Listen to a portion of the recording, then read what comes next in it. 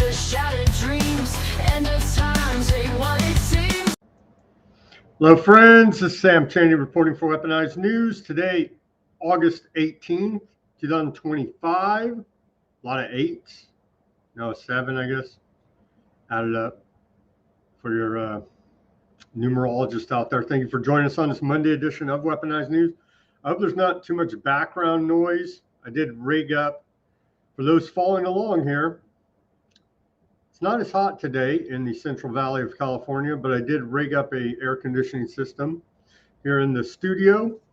And so you may hear some, I hope the microphone is not too loud with this rigged up system. You can see I got the jacket on today, just like Zelensky wore his jacket today. And so I was suffering last week in the heat and not able to wear my jacket. Hopefully we're going to have the whole system fixed here in about a week. And we'll be able to fully come back online for you. But anyway, that's my issues here. What do we got today in the news for you? Oh, Weaponized News crew, news hounds. We had a Barry Dutton sighting today. And so he was emailing. And we did have reports of him on the interwebs last week, I believe, in some chats. And so shout out to you, Mr. Barry Dutton on the interwebs. Hope you would join us here. But if you're listening, he sent an email about the chemtrails in his area, and I could not open it because it's the wrong file format, Barry. So send me a JPEG or a PNG, or some other type of file format. You sent a HEIC format. I don't even know what that is. Some kind of format I don't have. Anyway, shout out to Barry, still alive. Apparently upset about chemtrails, as we all should be. Geoengineering, the pollution from commercial jet airliners, and so on. But we're not covering that today. Anyway, shout out to Barry Dutton. And hopefully he will join us back here at Weaponized News chat and broadcast. What do we got today in the news?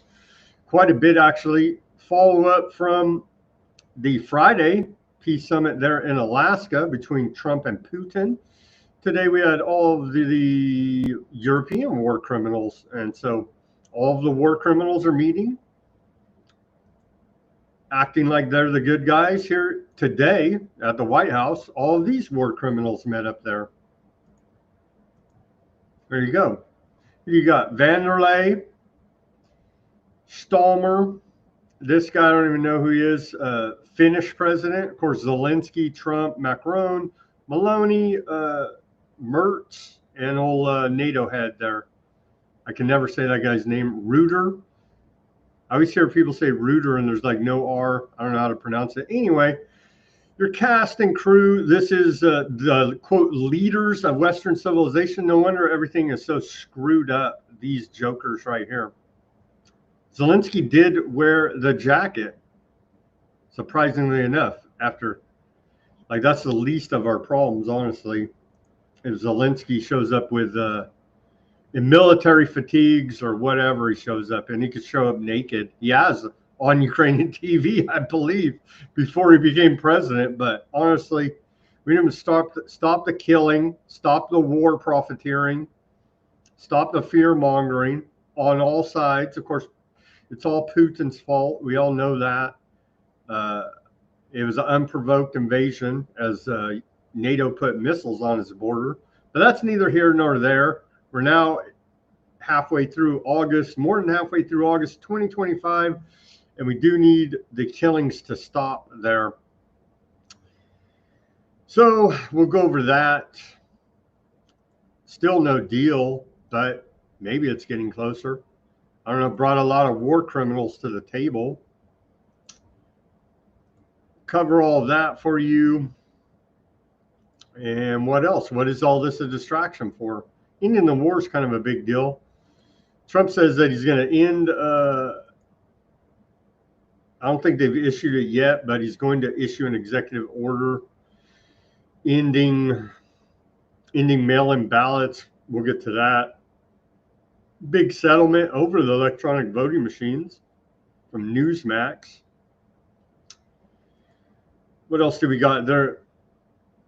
the feds are bragging about the largest FEMA camp in American history is opening its doors. We have that report, masquerading as a federal migrant detention center.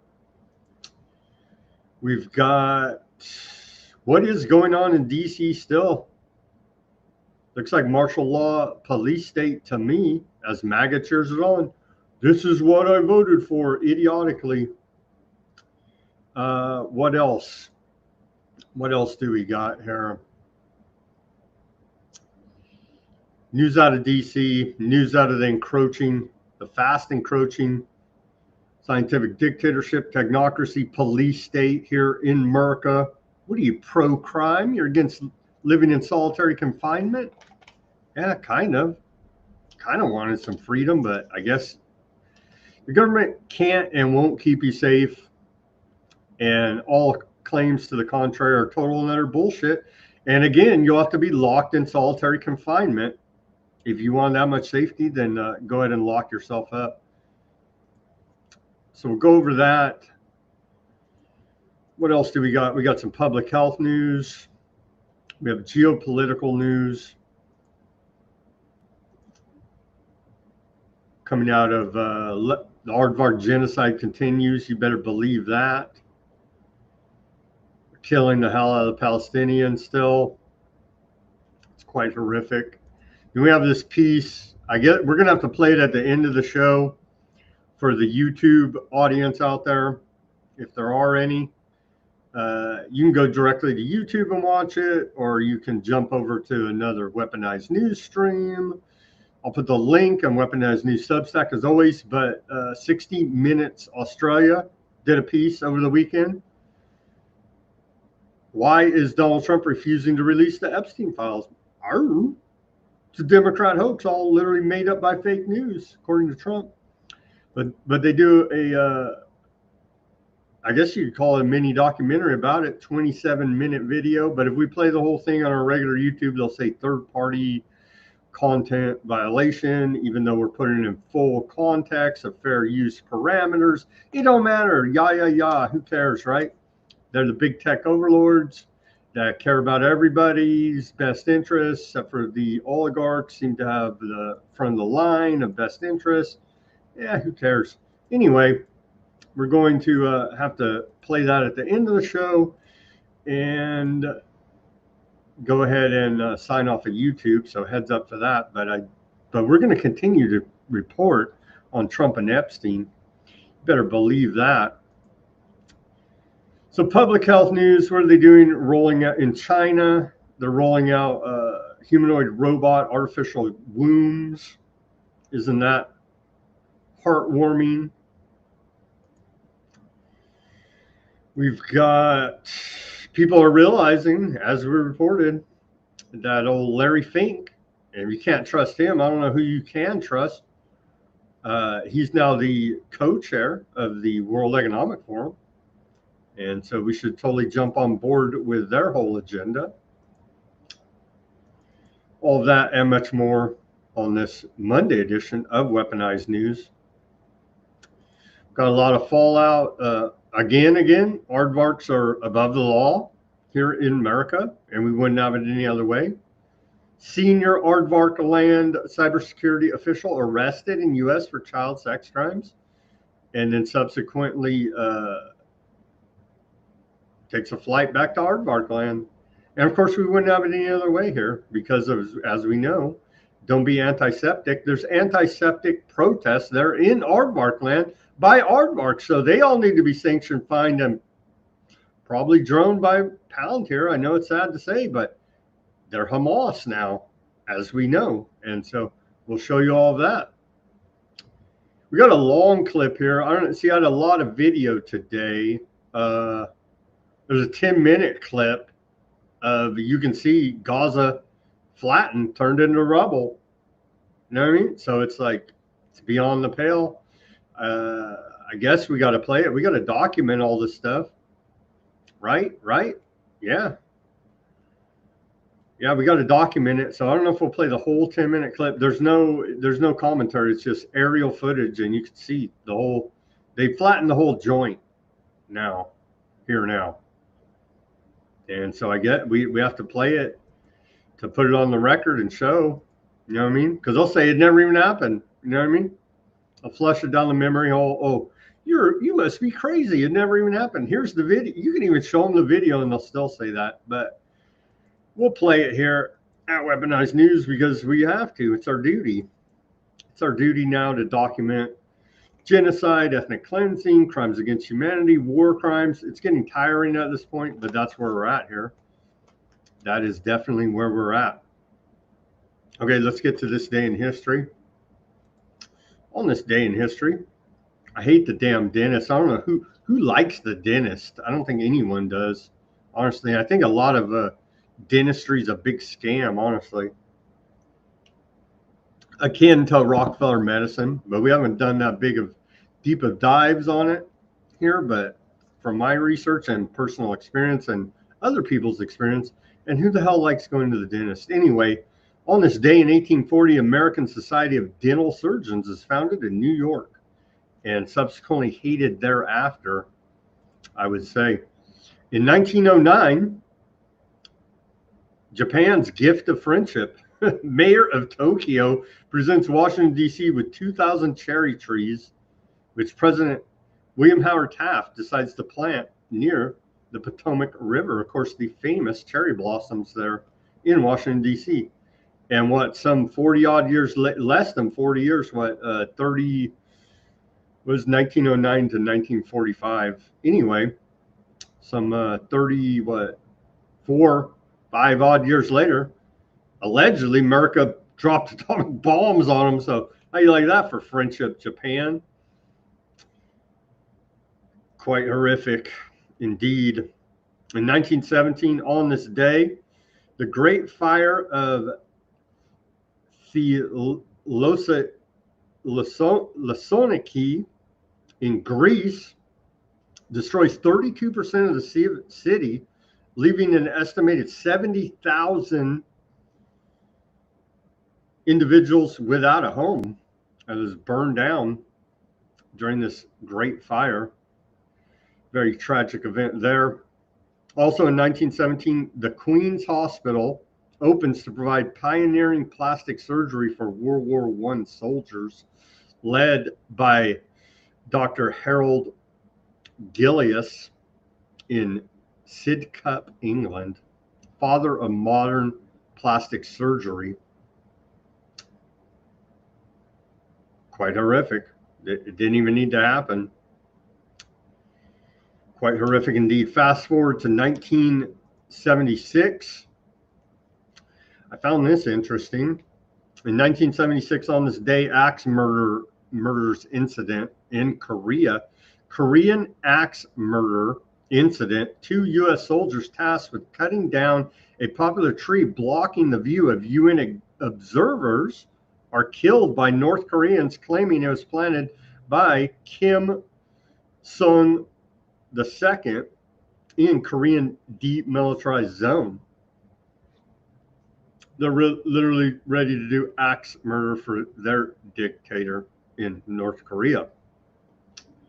They did do axe murder for their dictator in North Korea, as of course we would for our dictator here in California, Gavin Newsom. Just kidding, just kidding. Don't do violence for the state. Follow the non-aggression principle. You can't go wrong there, morally speaking. In 1987, on this day, Ohio health worker Donald Harvey is sentenced to triple life sentences for poisoning 24 patients. What you say? In 1987, that happened. Triple life sentence. That's not that long ago here in America. Miracles, anyone? Miracles, anyone? Again, 1987, Ohio healthcare worker Donald Harvey is sentenced to a triple life sentence for poisoning 24 patients. Miracle? Anyone? Anyone? You listening up out there? Healthcare people? Just saying. 1987, not that long ago. All right. 2017, on this day, Then Trump, in his first term, fires chief strategist Steve Bannon. Where's the Epstein tape, Steve Bannon? Where are they, Trump? It's a hoax. We'll get to that later in the show. Oh, and also, I know Simon was following the story very closely. Imran Khan became the 22nd prime minister of Pakistan on this day in 2018. Now he's sitting in jail for corruption over there, allegedly. But he's doing the whole thing's corrupt. Again. Go arrest Congress, then turn all yourselves into the FEMA camps. Government, you are the criminals you've been looking for. There, I solved it for you. Doing my civic duty as an American tax-paying citizen over here. Tipping off the government. You are the criminals you're looking for. I deserve a reward for this. Okay, in our civil liberties history, on this day in 1933, Aardvark paper protest, American publication of Hitler's Mein Kampf. A Aardvark newspaper on this day protested the plan of Hoffington Mifflin Company to publish in the United States an English language edition of Mein Kampf, Adolf Hitler's autobiography. The book would be the first such edition of the Nazi leader's autobiography in the United States. In an article, the American and Aardvark Tribune, Louis Rittenberg, argued that the publisher was abetting Hitler propaganda in this country, and that even a single paragraph of the book is enough to outrage one's sensibilities. The controversy over the publication of Mein Kampf was only the beginning of a long controversy over freedom of speech for Nazis in the United States. Everybody gets freedom of speech, even the Nazis. Sorry, aardvarks, but they're turning the screws, and now there'll be no they want it to be no antiseptic dissent whatsoever, as they call it, or just, hey, why the hell do we sign off on these guys' blank check for genocide? I don't know. You know what I mean? Well, they're trying to turn the screws on us where we can't even question that. In 1939, the grapes of wrath was banned in Kansas City, Kansas. The Board of Education in Kansas City, Kansas ordered John Steinbeck's classic novel, The Grapes of Wrath, removed from 20 public libraries on this day. The novel presents a grim, realistic picture of the Dust Bowl in the 1930s. Well, how dare him? How dare John Steinbeck? On a side note, they're flushing John Steinbeck history down the memory hole toilet. John Steinbeck won the Nobel Prize for Literature in 1962. He's famous for his writings over there on Cannery Row in Monterey, California. And he used to have a really nice museum over there that was taken down.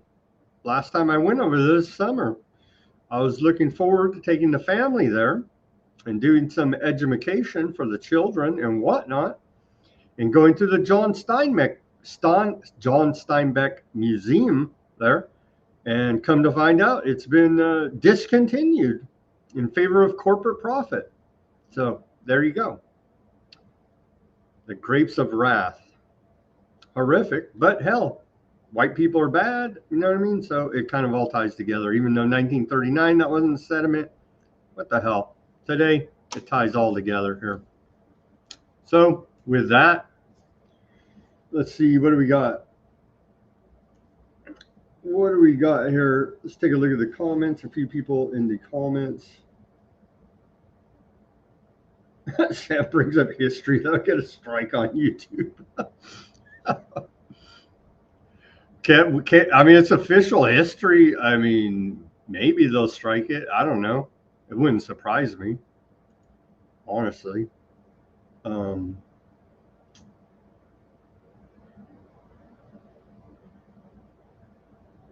Shout out to the chat there. Okay, let's get through the news. We got a lot to cover. as I mentioned earlier, here's our segue. Again, looking for these Masonic handshakes. It's hard to see here, but here is Trump meeting Zelensky at the White House for the second meeting. See if you guys can spy a Masonic handshake here.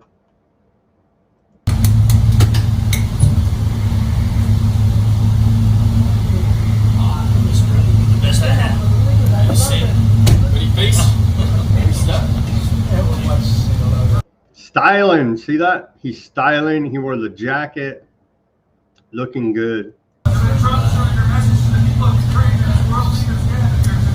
love them. We love them.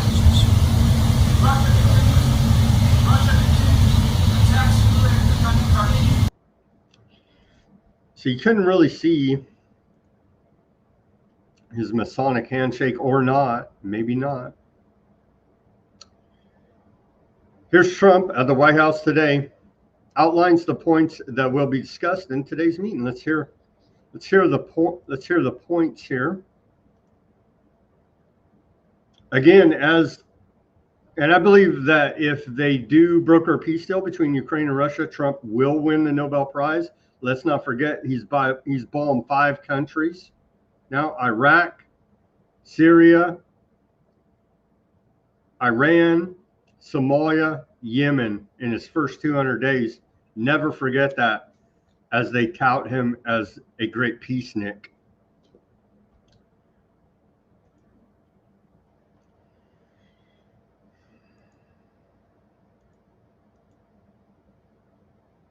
Keir Starmer.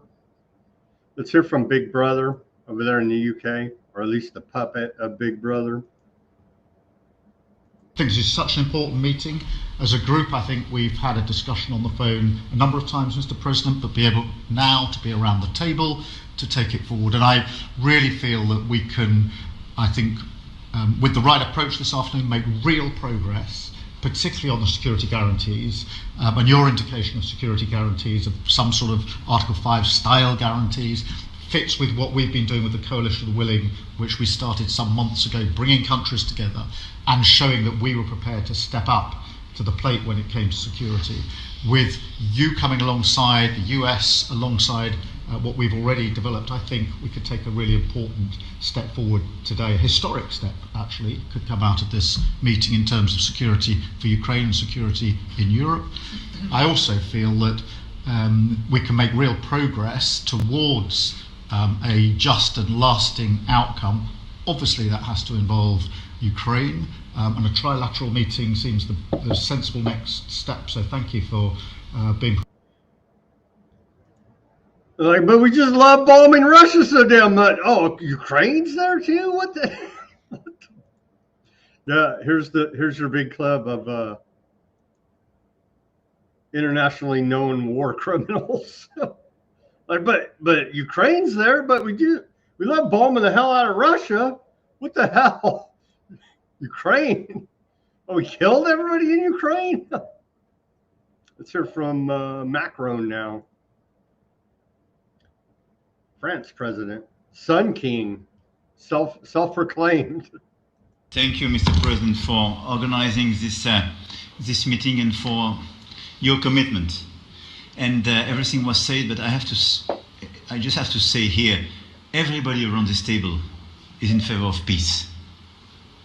And we work very hard, and we've worked very hard during the past few years to have a peace which is a robust and long-standing peace. This is why the idea of a trilateral meeting is very important, because this is the only. Well, I mean, we can trust him, right? They're for peace. Who else did we have? We had. Well, let's play the short clips from all of them. Here's Maloney out of Italy. President, for hosting us today in this important meeting, and I think it is an important day, a new phase, after 3 years and a half that we didn't see any kind of sign from the Russian side that there was a willing for dialogue. So something is changing, something has changed, thanks to you, thanks also to the stalling in the battlefield. which was achieved with the bravery of Ukrainians and with the unity that we all provided to Ukraine.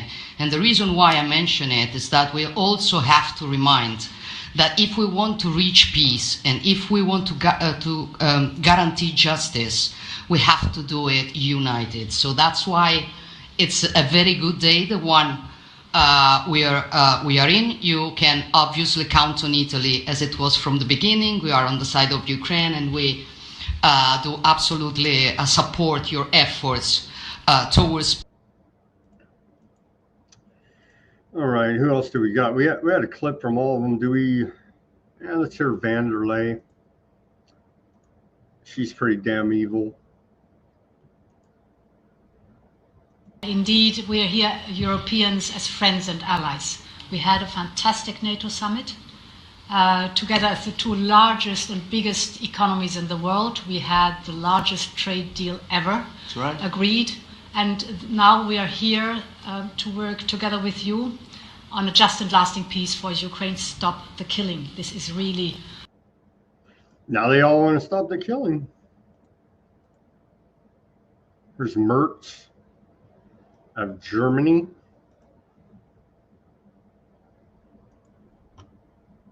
President Donald, many thanks for having us today. I think this is extremely helpful that we are meeting and hearing that the two of you are having such a good meeting today here in Washington. The next steps ahead are the more complicated ones now. The path is open. You opened it last Friday. Were they saying Trump called Putin during the meeting? I don't know about that. He said he called him maybe during, I don't know, maybe he is working for Russia. Here's Zelensky. Oh yeah, by the way, the guys getting killed, the Ukrainians on the other side of it. Oh yeah, maybe they would have something to say about it. Europe doesn't seem to think so. Thank you so much. I think that we had very good conversation with President Trump. Very good. And it really was the best one. Maybe the best one will be in the future. But it was really good. And we spoke about We got more for the Zelensky fans in his jacket. Reuter, NATO Secretary General. The whole crew was there. I really want to thank you, President of the United States, dear Donald, for the fact that you, as I said before, broke the deadlock with President Putin by starting that dialogue. And I think it was in February that you had the first phone call, and from there we are now where we are today.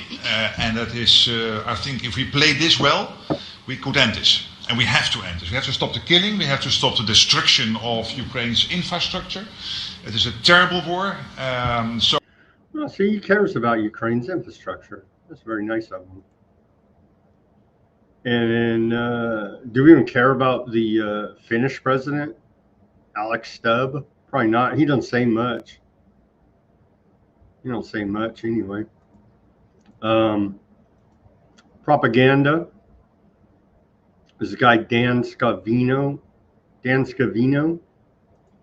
big time propagandist. MAGA loves this bullshit, but he's always, pro-military, pro-propaganda. President Trump says peace agreement at the end is attainable. Let's watch this. Is it attainable? I don't know. It's back and forth too. But I believe a peace agreement at the end of all of this is something that's very attainable. I don't know. Seemed kind of wishy-washy too, honestly. Back and forth here. Oh, this is what Snarky was talking about. Trump says he will have a phone call with Putin after the meeting today and expects a trilateral meeting. Well, if he took he might already have it. If he took Musk's brain chip, then he could just telepathically, connect. How do we know they're not already all transhumans? Vladimir Putin that left you disappointed? Look, we just spoke to, I was just telling the president, I just spoke to President Putin indirectly, and we're going to have a phone call right after these meetings today. Yeah, it was right after. Maybe it was during. Who knows? That's just what he says publicly. Okay, here's a little bit longer. I don't know how much we could stomach of this, but we'll hear more from Zelensky since he's the guy killing Russians directly and having his people killed directly. Oh, you look better than I've ever seen you look. But you've done a great job, and we wanted to have you here because you're somebody that we all respect. And you've had a lot to do with the success, I think, and the potential success. And thank you very much for being here. We appreciate it. And the president of the European Commission, Ursula von der Leyen, who is somebody that we just made a big deal with all of those countries. I don't know. I think you might be more powerful than all these guys at this table. I don't know. But we had a great negotiation, and you're respected all over the world. So I want to thank you very much for being here. It's a great honor that I got involved in. We only have this one left. Of course, as I walk out the door, there'll probably be a new one starting. What is he talking about? What? They're genociding the Palestinians right now.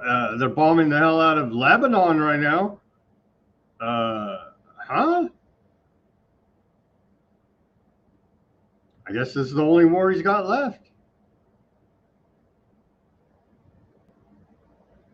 What? I'll get that stopped too, but I thought this was going to be one of the easier ones. It's actually one of the most difficult. They're very complex. The next step would be for a trilateral meeting, and that will be worked out, and I just look forward to working and having a great result. We're going to spend a lot of time today talking about, and we're really honored you guys came over. I mean, these are the heads of major countries, and respect. You could come over and you could... sensitive points. The first one is security guarantees, and we are very happy with President that all the leaders are here, and security in Ukraine depends on the United States and on you and on those leaders who are with us in our hearts. They have been online before yesterday, and etc. So a lot of countries on the side of Ukraine, our people, and all of us want to finish this war, stop Russia and stop this war. We spoke about it, and we will speak more about security guarantees. This is very important that the United States gives such strong signal and is ready for security guarantees. The second point, or maybe the first, the humanitarian direction, very important to exchange all the prisoners, and I think that President will help, and I was very thankful to your wife again, Mr. President, for the letter about our abducted children, and I hope that really it can be a historic role for the people to bring kids back to the families and be happy and get their families back, yeah. Yeah. They love this. They love it's about the children. Government loves that. They use children as a shield. Ukraine's grand plan for Trump's guarantees 100 billion with a B, 100 billion in U.S. weapons paid for by Europe, plus a 50 billion with a B drone pact with Washington, and that's according to the Financial Times. Here's the headline for you there. So the war profiteers are very happy about it, but hey, let me tell you, it's about the children. They care. More from Trump. What does he say? Pretty much, I think we got the gist of it. Now we're looking for a trilateral meeting between Trump, Putin, and Zelensky. Maybe we'll just leave Zelensky at home. He did wear his jacket, though. So, I mean, he's moving up in the world.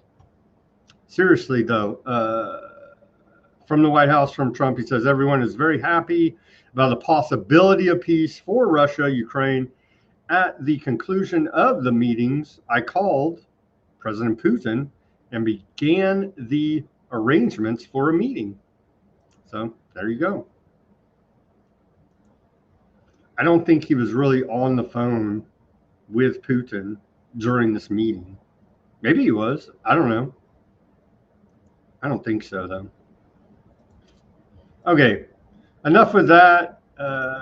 Again, imagine what the world would be like if none of these criminals were in charge. It'd be a whole lot better when less. And of course, all the wars profits are for the banks, the central bank cartel.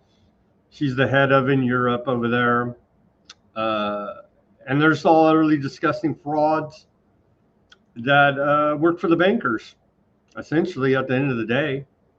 And it's truly disgusting what they've done to Western civilization here now.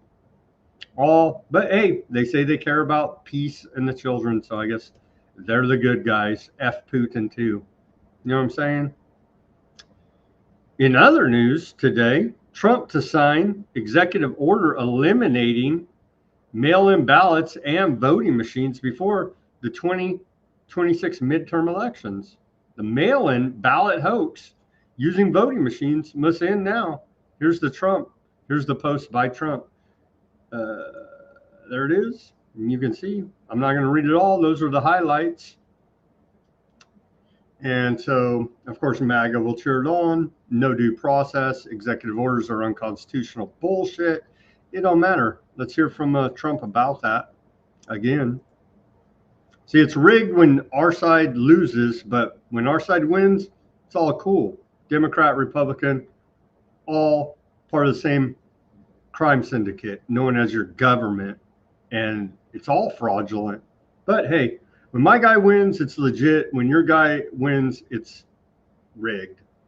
Right? Right. That's how we do it. So between paper ballots, very, very important, paper ballots, and I think maybe even more important, the mail-in voting. We're going to end mail-in voting. It's a fraud. If you have mail-in vote, even Jimmy Carter with this commission, they set it up. He said the one thing about mail-in voting, you will never have an honest election if you have mail-in. And it's time that the Republicans get tough and stop it, because the Democrats want it. It's the only way they can get elected.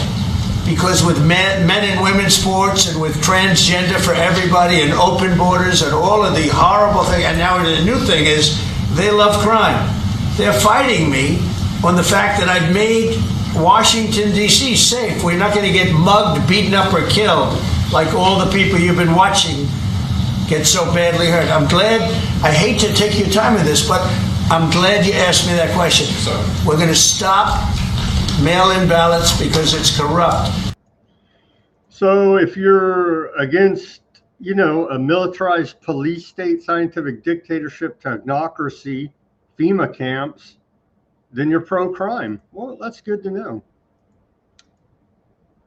Newsmax, on the back of that, Newsmax settles with Dominion voting machines, the most secure in the history of the world, as we're told, over Trump election lies for multi-millions of dollars here now. Doesn't this all seem like a scam? Like, why wouldn't you fight this? But hey, all the pro-aardvarks, there's something we're noticing here. Fox News also had a settlement. Newsmax will pay Dominion Voting Systems $67 million to settle the defamation lawsuit brought against the, quote, right-leaning news outlet over its pushing of debunked claims that the 2020 presidential election was stolen. Seems like a money laundering scheme to me. There you have it. So Dominion's coming out smelling like a rose. Big settlements over defamation, and they're always settled. It never goes to trial. You would think, hey, I'll fight that. You know what I mean? And what can we learn during discovery of a trial? Well, turns out it's a lot easier to just settle it and call everybody pro-crime that's against a police state, isn't it?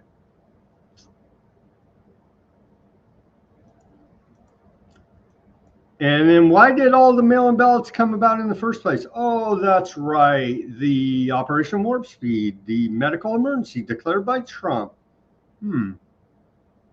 Here's Trump saying that he'd cancel elections in the U.S. if the U.S. was in a war. Or any emergency, actually. That's what I'm saying. If you thought the tyranny during the medical intervention was crazy, you wait till till we're in a full-on war and see what the hell happens. Can't have elections. So let me just say 3.5 years from now. So you mean if we happen to be in a war with somebody, no more elections? Oh, that's good. I wonder what the fake news is. And of course, they're talking about how Zelensky's an unelected dictator at this point in the greatest democracy in the world there in Ukraine, right? And so, yeah.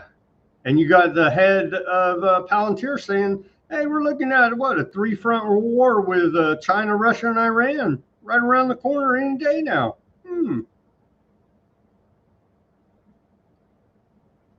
The largest federal migrant detention center in American history has opened its doors. Here's the report, i.e. the largest FEMA camp in American history.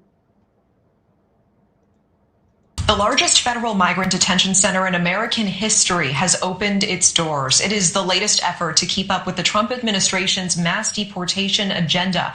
The migrant processing facility in Fort Bliss, Texas, near the U.S.-Mexico border, officially opening today.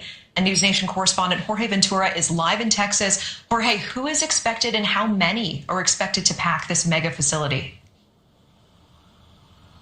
Well, Natasha, the Trump administration continues to expand their mass deportation operation, and now we are learning that Fort Bliss is set to open today as a ICE detention facility with up to 1,000 beds already ready to go. Now, what ICE says is this is part of a $1 billion project that will now reshape how migrants are detained and ultimately deported. That ICE facility opening today is part of a $1.2 billion Defense Department contract. This massive new detention complex will begin with 5,000 beds up to 2027. Now, inside that facility, detainees will have access to legal help, medical treatment areas, and recreational space amenities. ICE insists that it will make it like a traditional facility. Supporters say it's meant to ease overcrowding at other detention centers and serve as a processing hub, sending migrants with final removal orders directly onto ICE air flights back. Don't think they can flip this in a second and turn it on you, American political dissident. That's what I'm warning you here about at Weaponized News. Here's a mashup of, is this the mashup? Let's see. Is this the mashup? It is the mashup. What is going on there in D.C.? Is this the right mashup? Yeah, it is. Okay. What is going on in D.C.? Mississippi becomes the fourth state to send National Guard troops to D.C. in expanding federal crackdown. What are you, pro-crime? ISIS field day in Anaheim. I took and mashed all these up to give you a report. 6-year-old girl taken by ICE during family's visit to immigration court in New York City. The Cemetery of Living Men. Trump deportees tells of abuse in secretive mega jail in El Salvador. Florida GOP scraps, quote, deport depot merch after Home Depot objects. Very Hunger Games-esque vibe being put out by the federal government. Who is Kathleen Williams, the judge who could shut down Alligator Alcatraz? More National Guard soldiers head to D.C. and prepare to carry weapons. So what are you, pro-crime? Let's hear now from this actress, Judge Janine, the prosecutor there in D.C. What does she have to say about it? Before that, we'll play her and then a video and then the mashup warning you about the quickly encroaching police state, all for your safety. Again, the government can't and won't keep you safe. Everyone, is Judge Janine filling you in on what's going on in the surge in Washington, D.C. We're at more than 400 arrests over the weekend, 127 this past weekend with our federal partners and this cooperative law enforcement effort. We seized 21 illegal guns. We've made arrests on warrants for homicide, sexual predators, drug trafficking, illegals. If you want to be in D.C. and you're a criminal, you're not welcome. everyone. Is Judge Janine filling? So where the F is all the regular cops? We need martial law in DC to do this? Like what? Seriously, dude. Like something seriously wrong. Why are they not all fired if they failed this bad at their job? Here's a protest there. A lone man planted in the middle of the street, refusing to move as an armored vehicle inches toward him. The Bondi order is unlawful. He says you are not obligated to follow it. Again, order followers are implementing the tyranny on the ground.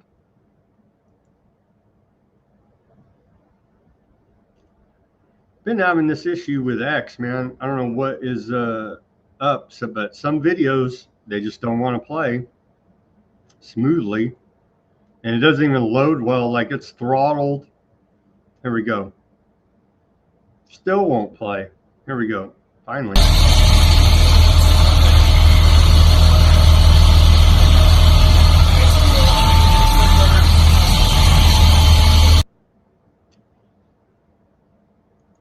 Issues on the X. I guess AI is taking all the juice, but you get the image there. The upside down flag, a nation in distress, don't follow unconstitutional orders. Who effing cares about the Constitution? Here's the mashup of all those headlines.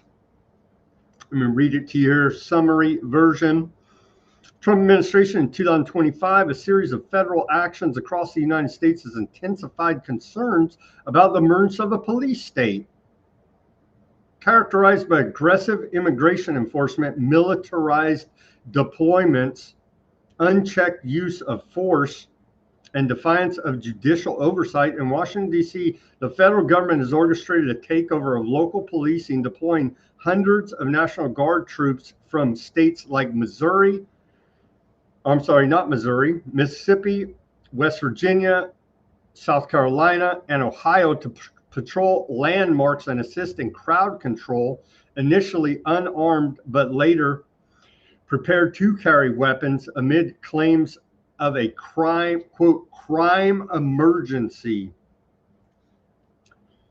Would the feds hire thugs to go do crimes and then say a crime emergency? You better damn well believe they would do exact that thing. Is there just organic crime? Of course there is.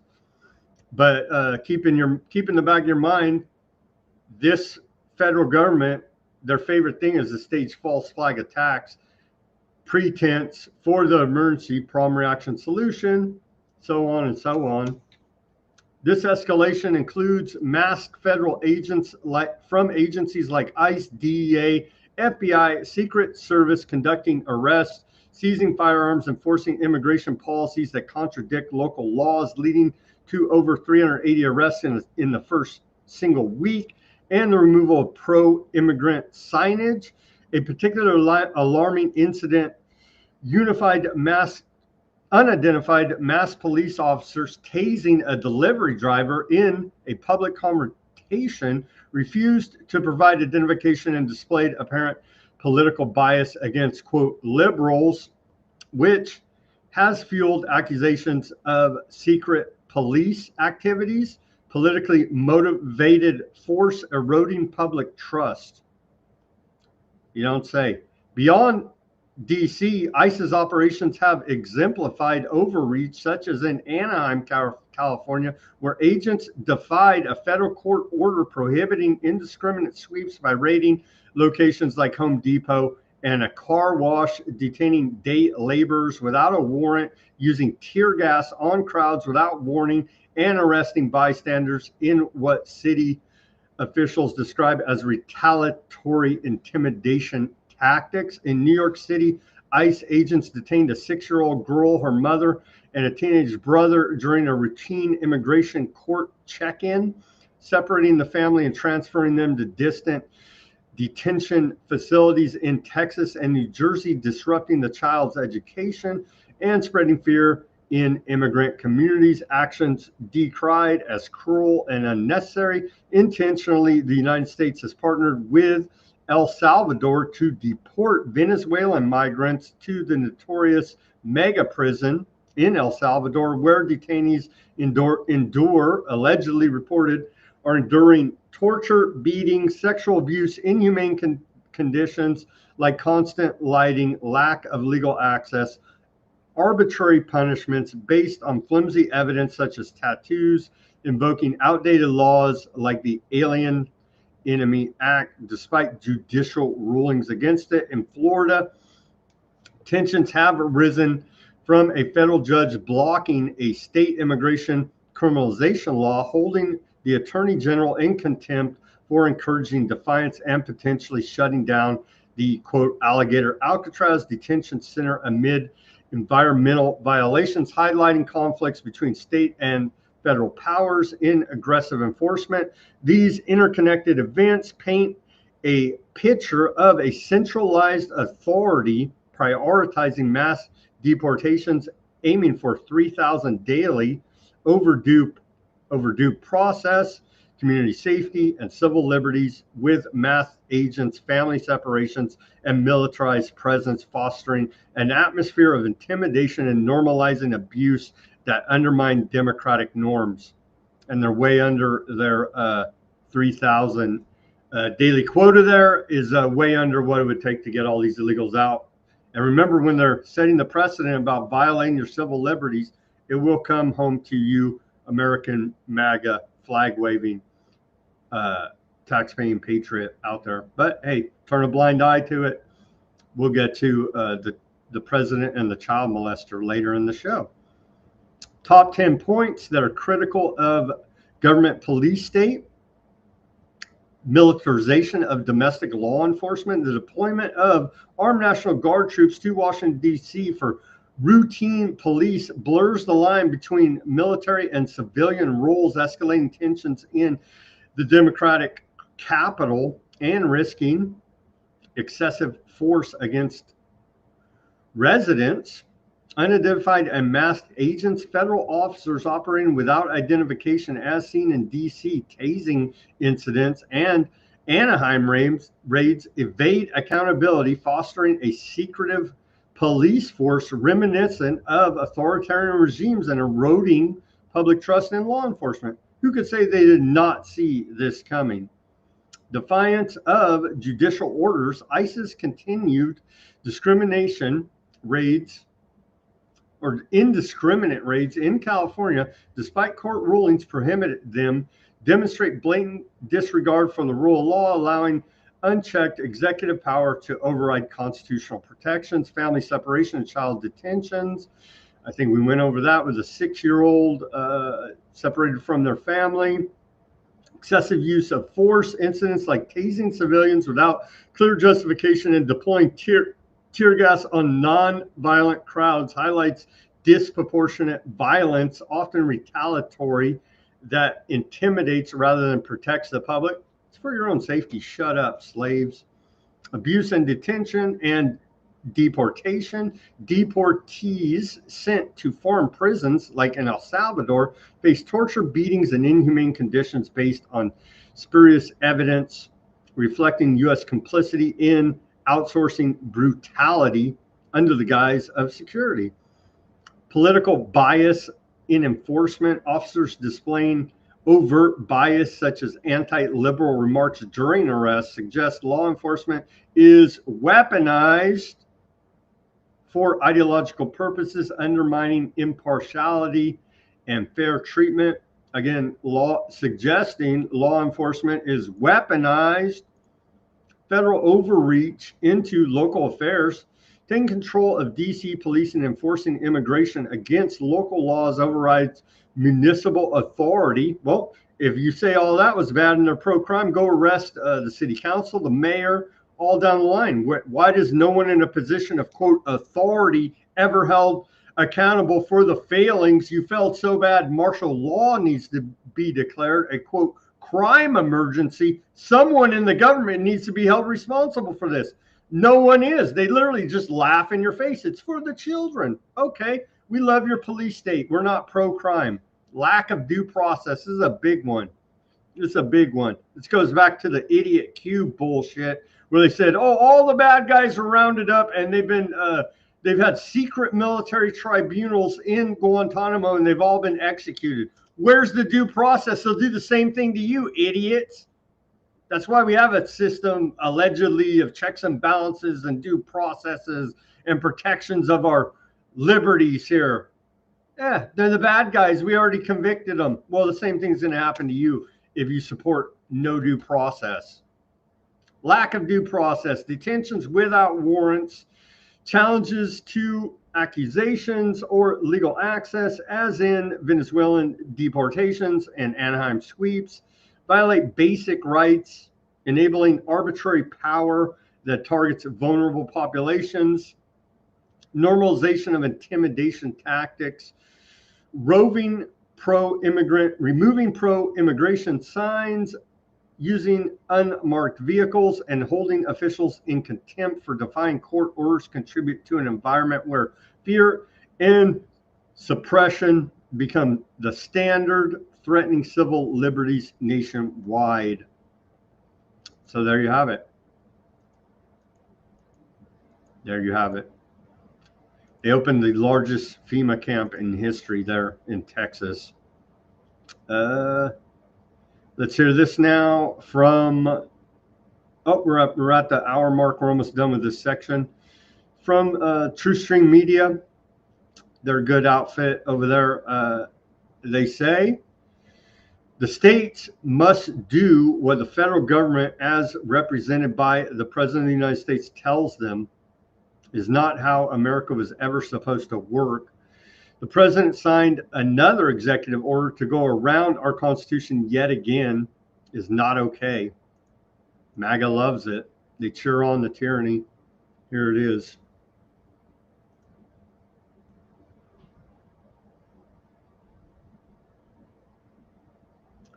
Remember, the states are merely an agent for the federal government in counting and tabulating votes.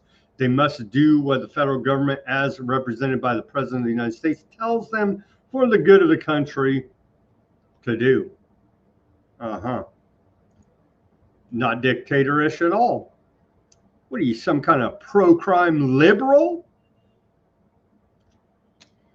And then the FBI, the enforcement arm, one of the many enforcement arms of the crime syndicate known as your federal government. The FBI just gave its highest honor to agents who killed Bundy Ranch spokesman Lavoy Finnegan.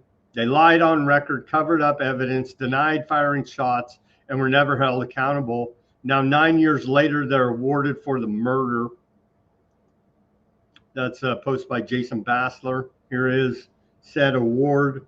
There's video of them pulling them over. I remember. You probably still find it on the interwebs if they haven't flushed it down the memory hole there yet, but there's a video of them pulling over Lavoy Finnegan in the snow and summarily executing him. For those that have a memory, I know that's a conspiracy theory, but here they are being awarded the Shield of Bravery for executing an American citizen there in cold blood. Truly horrific. But MAGA loves it, and so wave your American flag to that. With that, let's take our live commercial break. Everybody go to weaponizednews.com. Here's your holograph sticker, the white background sticker, and the clear background sticker there. Put in your laptop, your guitar, your bumper, your work locker, your Cybertruck. That trend's over, so you probably won't be attacked. Help support independent analysis and reporting that we're bringing you here at Weaponized News, continuing to call out the criminal government at all levels, as many others seem, for whatever the reason, seems like they're on the take here now. But we will never take the money here. They'll never even offer it to us, hell. But we do appreciate all the subscribers and support that we do get. We still need a lot more.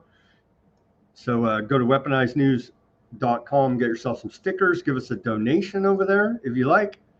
All the links are in the description below. Get some merchandise at weaponizednews.com. Right there on the front of the website, PayPal secure donation link. as well. For those that just want to give us some of your money, we do appreciate it again. And then let's listen to a word from our sponsor. And we're back with the second half of the show for you. Running a small business feeling overwhelmed by numbers and paperwork? Abazaba Enterprises has your back. Our expert business solutions include accounting, QuickBooks support, payroll, taxes, and top-notch consulting. Let us handle the details so you can focus on growing your business.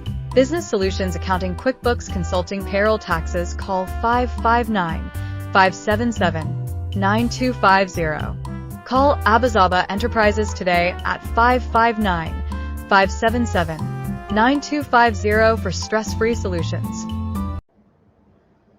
And welcome back to the second half of Weaponized News on this August 18th, 2025, Monday edition. Thank you for joining us. We've covered the Whitehouse Peace Summit with all of the disgusting creeps, Western world leaders here, war criminals. There they are.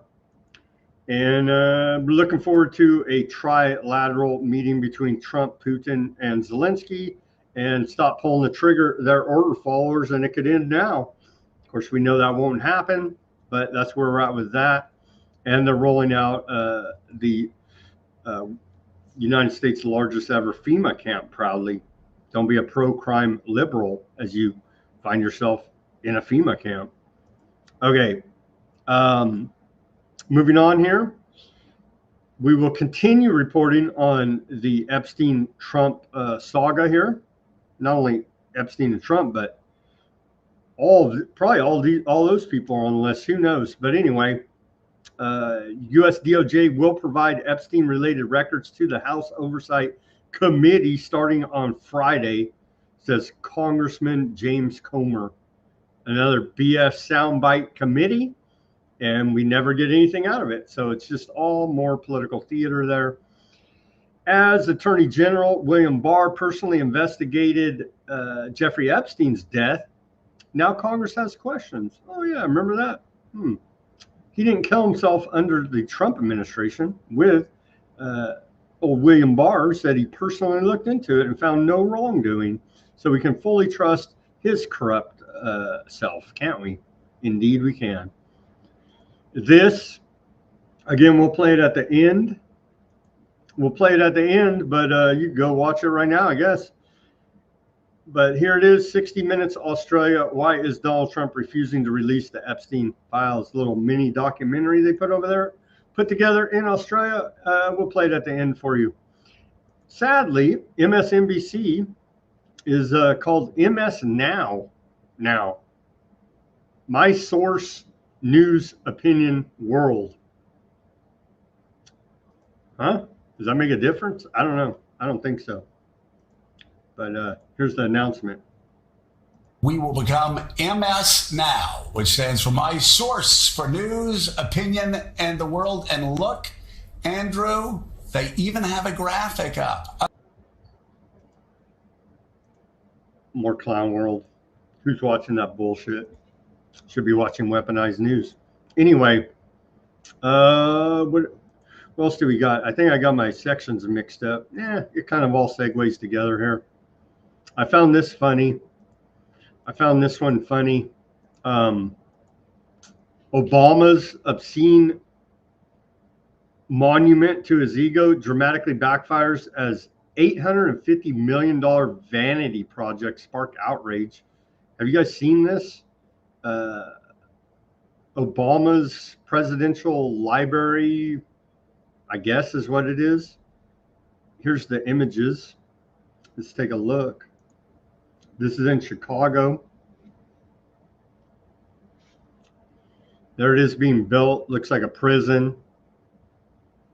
Looks some type of dungeon, very ugly. Has the whole campus here. Chicago residents and one-time supporters of Obama, including activist Ken Woodard, this guy right here, say the former president's $850 million initiative is doing more harm than good to the community. Well, he's obviously a racist, right, against Obama. There they are breaking the ground. And it's just quite horrific indeed. There it is. Some locals have gone as far as to dub the massive development a monstrosity that they say has washed away the neighborhood and its culture. Obama supporter and an elder woman, Jeanette Taylor, who represents much of the area where the center is being built, told the Daily Mail that the project will likely drive up rent prices and push families out. Well, that's clearly racist by her. There it is, the monstrosity again. The development is intended to serve as a lively community hub and uplift its low-income Black population, but locals fear it will inevitably displace the very people it meant to support. You don't say. I don't know where they would get that idea. Rents are going up fast. A 2-bedroom apartment that used to rent for $800 a month has already jumped up to $1,800. Well, that's just hateful against Obama. The Obama Foundation, which is bankrolling the project with big donations from billionaires, oligarchs who they say they're against. Yeah, they're the good guys. What the hell? Bezos, Oprah Winfrey, Soros, all the good guys, your favorite oligarchs. Don't be a racist. It has been dubbed a concrete tomb, a totalitarian command center dropped straight out of 1984, a monument to megalomania, and a giant trash can. Well, those are good explanations of this piece of crap place here that costs $850 million there. But it's for the community that's now priced out of living in the community. And if you question it, you're racist. And so we do appreciate stop displacement of Black families. They're clearly racist. They're protesting against the Obama monstrosity. So there you have it. Google and Curios Power plan advanced nuclear plant for Tennessee Valley Authority grid by 2030. Tying right into UN Agenda 2030. And so we do appreciate them building these nuclear plants everywhere to power the AI that's going to take all of our jobs. Isn't this wonderful? Google and the power company will deploy an advanced nuclear reactor to help power the tech's data centers on the Tennessee Valley Authority grid. Isn't this wonderful?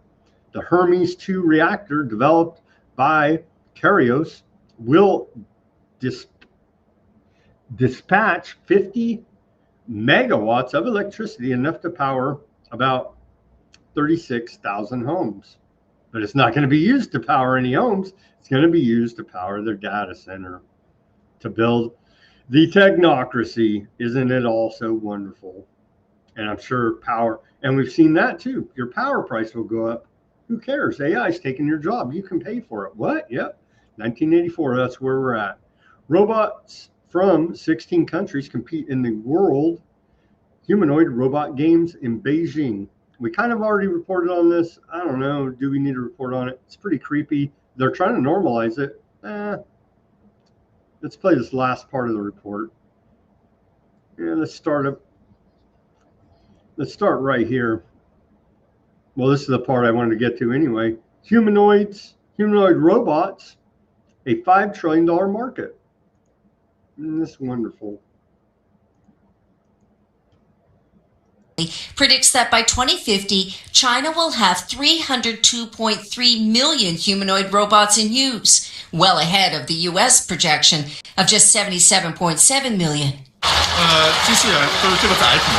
He says when robots like these gain independent thinking and behavior after training, that will be the real AI age. From what we saw here, people are not obsolete quite yet. There were no speed records being set, and many of the athletes, well, they're prone to fizzling and faceplants. Yet it's all wired to the real goal for China, getting ahead in the global race for AI domination, one clunky step at a time. Janice Mackey-Freyer, NBC News, Beijing. What the hell? Do you guys catch this on ABC News? Like their logo, when they spin it, watch this, it turns into the goals for sustainable development. Look at this. One hunky step at a time. See that? When they spin the peacock logo, it turns into the goals for sustainable development Nazi symbol. There you go. Isn't it cute? Humans aren't obsolete just yet. Are these... I seriously have the question, are these humans? Is this all AI, what we're seeing already? Like, do you have any self-preservation instincts whatsoever? It's just all cute and funny. Humans aren't obsolete just yet. Ha. More about the police state, the scientific dictatorship technocracy. Over the weekend, the Wall Street Journal published the article, The Palantir Mafia Behind Silicon Valley's Hottest Startups. Well, they're the good guys. There's the article. And let me read you the summary mashup here. Should we be concerned? I don't know. They say they're good guys and it's for the children. Palantir Technologies employees who are driving some of the most prominent new companies in the tech industry. We're seeing eerie parallels now to the PayPal mafia, headed up by Peter Thiel and Elon Musk. How ex-Palantir executives, engineers, and staff, often referred to as the now Palantir Mafia, support one another through funding, hiring, and mentorship. It's like one big club. The network has spawned over 350 startups founded and led by Palantir alumni, with notable examples including companies in AI, defense tech, and education, such as micro schools. Key figures mentioned include Palantir co-founder Peter Thiel, along with Melanie Hildebrandt, Brian Schrimpf, Trey Stevens, Gary Tan, Shreya Muthri. The article goes on to describe informal bonding activities like a Russian river camping trip and Palantir Pals, groups that foster these connections. See, they are humans. No, they're not. They're trying to act like humans. Venture capital interest has surged, particularly in the last year, leading to the creation of specialized VC firms dedicated to investing in Palantir-linked ventures. Aren't they wonderful? The piece portrays this mafia positively as a powerhouse for innovation and quietly reshaping Silicon Valley by leveraging Palantir's rigorous culture of data analytics and problem solving. However, subtly implies the exclusivity of this network. It's a small club, you ain't in it, which could limit broader access to opportunities in the startup world, almost like they're building a monopoly. Though no direct criticisms are levied. Well, you better not criticism, because old Alex Karp said he may just deliver a drone that's laced with fentanyl on you, if you could remember one of his rants talking about that. Overall, the article celebrates the Palantir alumni as a new generation of tech influencers, with their influence extending into sectors like government tech. As we continue to report here, they've already integrated technocracy, i.e., where's my $5,000 Doge check fighting waste, fraud, and abuse in the federal government? Oh, well, actually, you got a scientific dictatorship instead. Thank you very much. Amid a broader trend of mafia-like networks from big tech firms fueling entrepreneurship, i.e., monopoly. Top 10 points critical of the the Palantir mafia's influence. Enabling mass surveillance states. Palantir software platforms like Gotham and Foundry allow government to aggregate vast amounts of personal data without adequate oversight, effectively creating digital panopticons that erode privacy and enable authoritarian control over citizens. For your own safety, are you pro-crime? Bypassing civil rights protections, the company's predictive analytics tools are designed to sidestep legal safeguards, automating decisions that can lead to wrongful targeting, such as in immigration enforcement or policing, thus institutionalizing bias and injustice under the guise of efficiency. Facilitating police state expansion. By partnering with agencies like ICE and local police, Palantir contributes to a warp speed acceleration toward a full-blown police state when surveillance becomes normalized and dissent is preemptively suppressed through data-driven monitoring. We're there now. Automating tyrannical governance. Palantir's AI-driven systems automate tyranny by predicting and influencing human behavior on a mass scale, turning democratic societies into controlled environments where individual freedoms are subordinated to algorithmic authority. Government corruption and abuse. The close ties between Palantir and entities like the CIA via initial funding from In-Q-Tel perpetrate corruption, allowing unchecked abuse of power where surveillance tools are used for political gain rather than public safety. Well, they would never do that, would they? Suppressing dissent and freedom in scenarios like tracking protesters or monitoring populations during a medical emergency, i.e. the last 5.5 years. Palantir's tech can be weaponized. Palantir's tech can be weaponized to stifle free speech and assembly, echoing historical tyrannies that rely on informant networks, but now are digitized.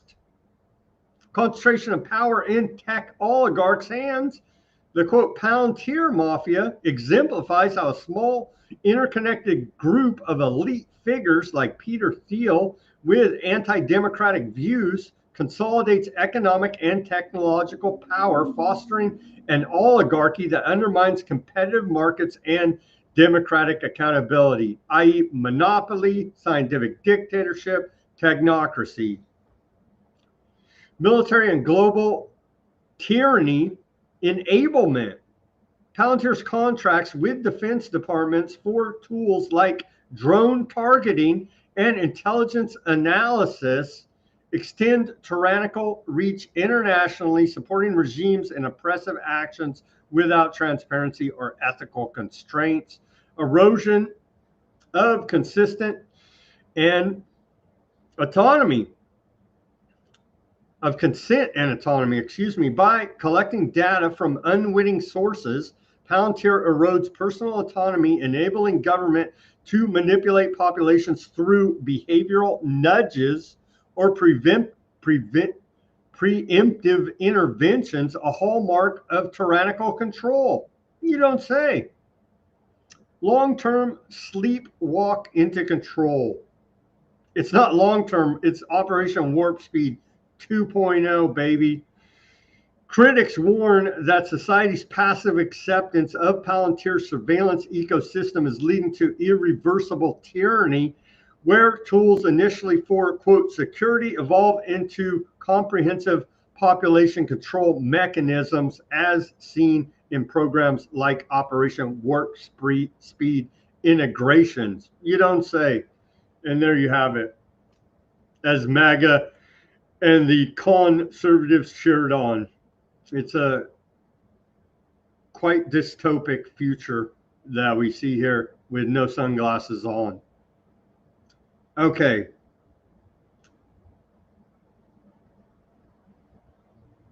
choose Palantir. It's what the kids love. True, very true. Okay.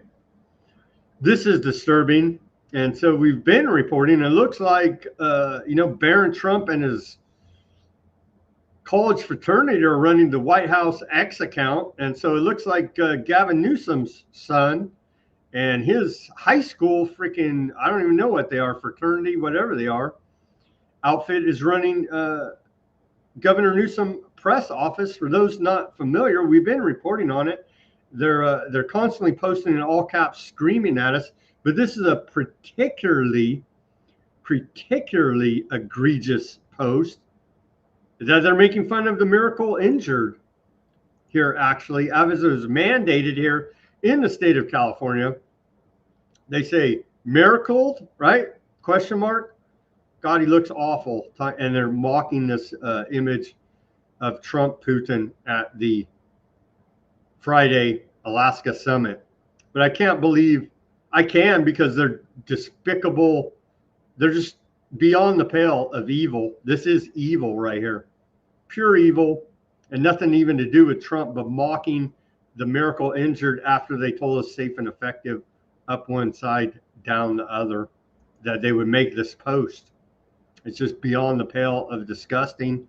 So follow these clowns at Governor Newsom press office, and it is their official account here now. And they're info warriors. They're on a tear, making light of all their wrongdoings. Essentially, it's all fun and games, and just laugh about it when they're beyond the pale, in your face, emperor has no clothes tyrants. Quite a sight to see there. Okay, moving on.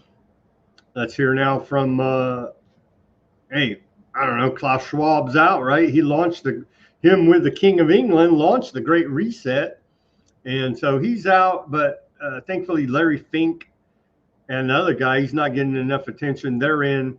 Let's hear now from the brain of the World Economic Forum, futurist, transhumanist, old Noah Harari, telling us about how this is an older clip, but it's going to put us in the mindset to where we're going here now in our dystopian future. Health is a Trojan horse for total surveillance. I don't know where you would get these ideas. I don't know, i.e. Palantir as one example. The Palantir Mafia, that we just went over.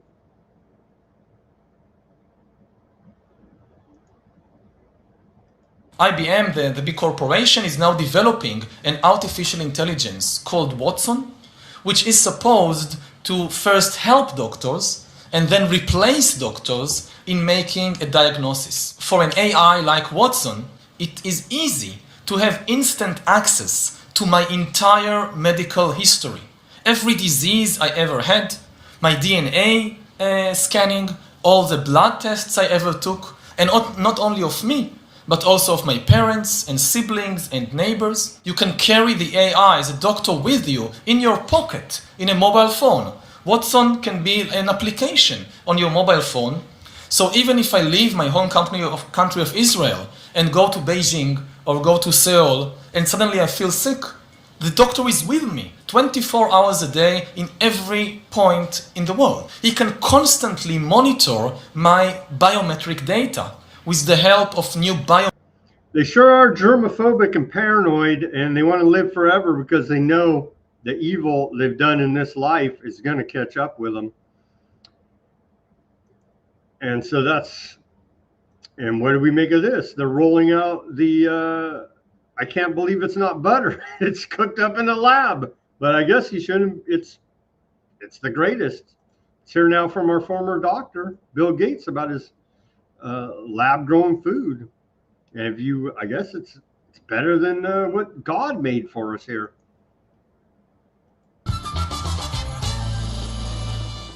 That's great. Agricultural emissions are one of the most difficult to get rid of. People have come up with alternative food, but what we're seeing is that it's hard to get more than a small market share. And those foods just don't taste the same. Savers made an advance in the chemistry. It's ultra different in terms of the environmental footprint, but it's as good as those real animal fats.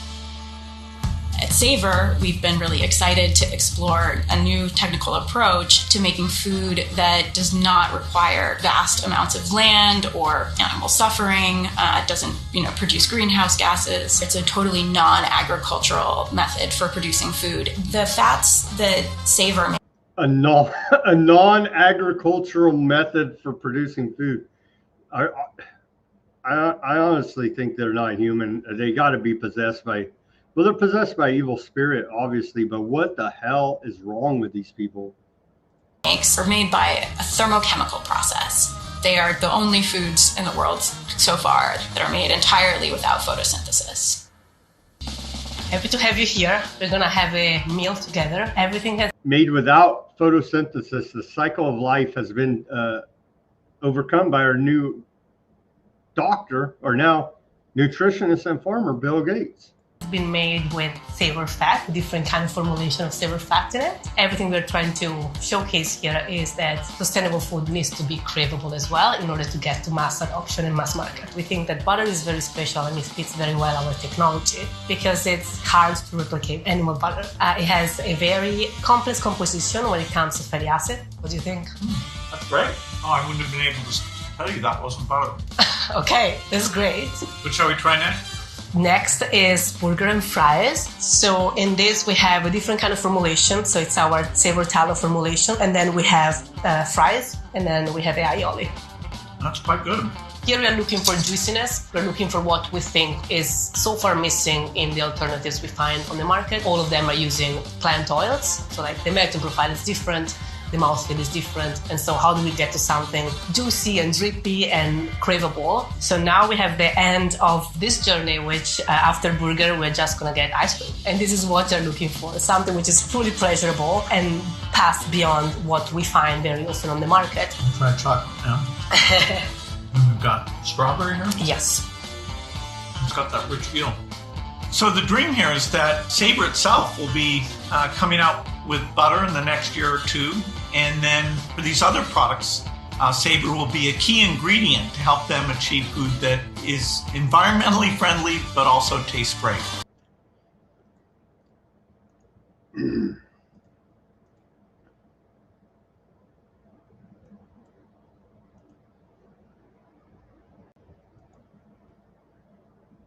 Butter made from thin air? Really? Bill Gates is at it again. Gates invested in the 2022 startup Savor in early 2024, and they're in the process of seeking regulatory approval for lab-made butter, made from fat synthesized from just carbon dioxide and hydrogen without using animals or plants. They say it tastes like real butter because chemically it apparently essentially is. They also want to make milk, ice cream, cheese, and tropical oils using similar processes. Lab-grown dairy has been done before by fermenting genetically modified microorganisms by a company called Perfect Day. I haven't tried it. I'll admit I'm kind of scared to.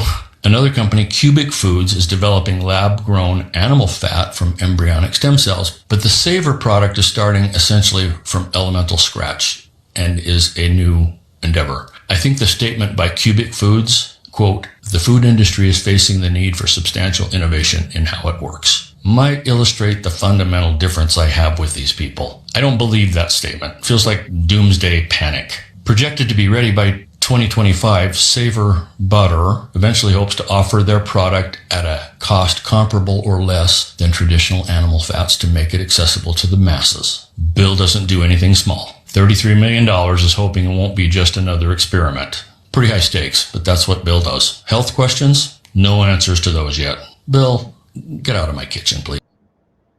Come on. We've learned long-term safety data on any of this stuff is a conspiracy theory. Okay? And so we know that. Today we launched, this is out of the FDA. Oh, we got the dye out, but now we got all the synthetic foods coming in that they're getting rid of ag. So they're still pumping this as a great win in public health. Major food companies make the natural dye pledge. Whoop-de freaking do. This is like way down on my list, but yeah. There you go. Whoop-de freaking do.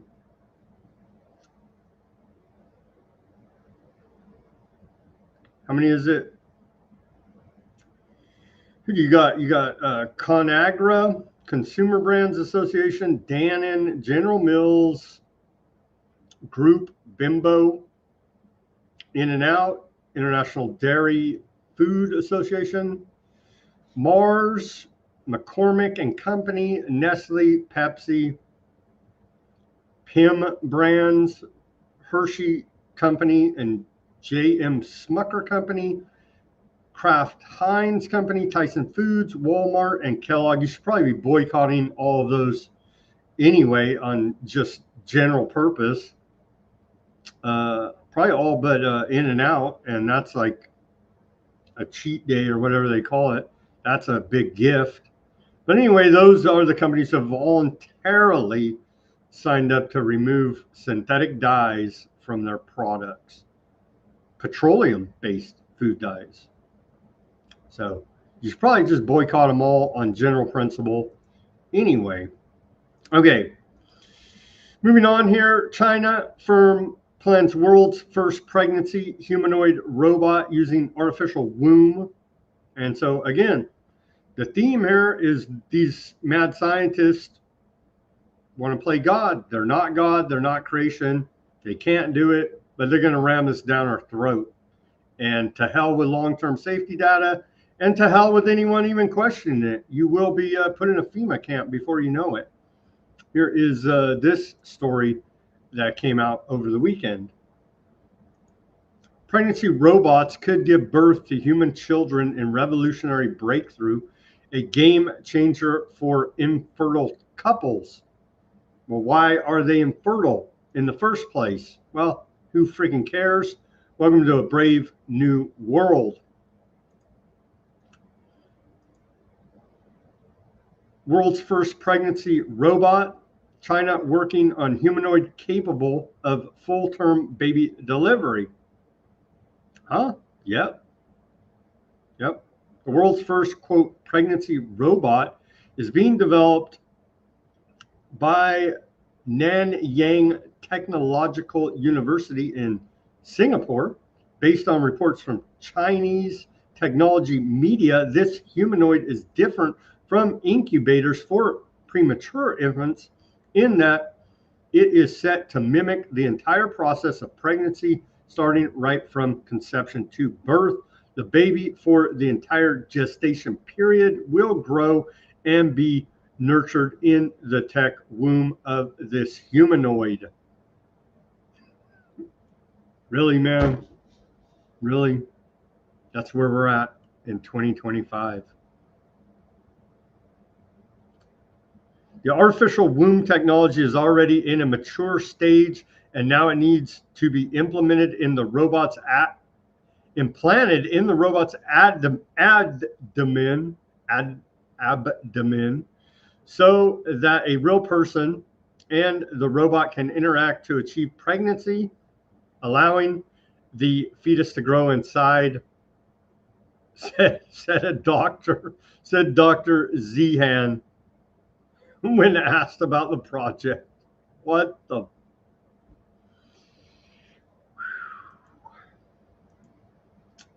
But don't you worry. Larry Fink's the head co-chair of the World Economic Forum now. And so we have that to look forward to, right? There's a clip of Larry Fink talking about forcing our behaviors. I don't know, nudge units as one example. Ruckus caught that 33 million. Well, behaviors are going to have to change, and this is one thing we're asking companies.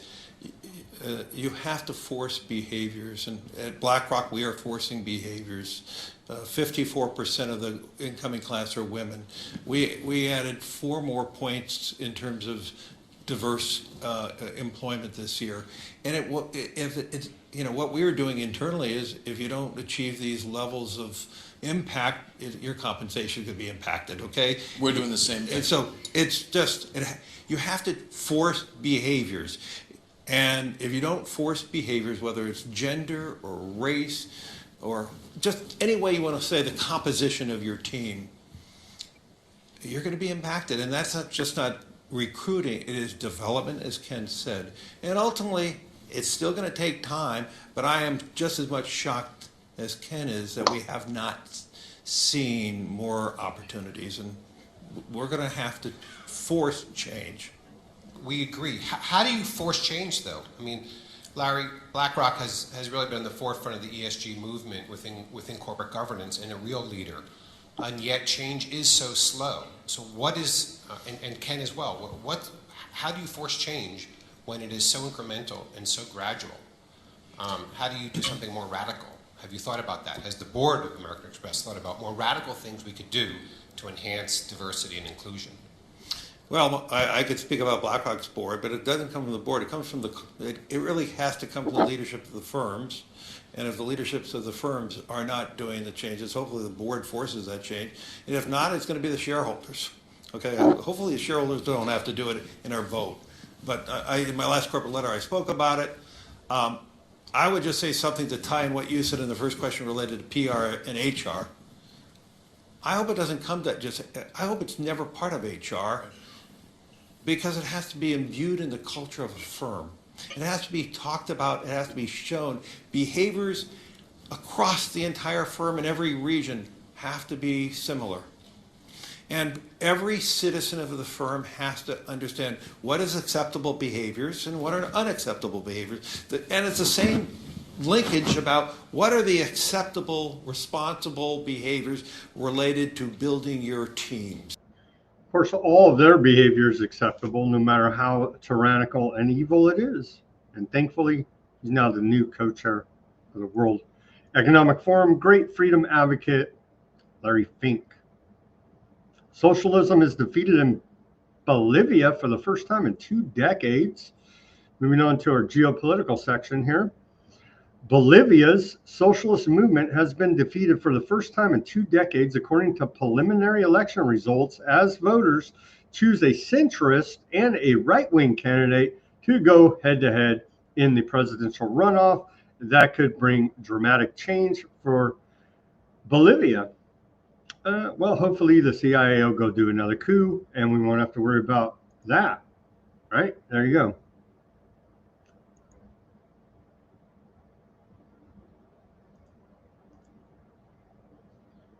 What is going on in Lebanon? They're trying to disarm Hezbollah.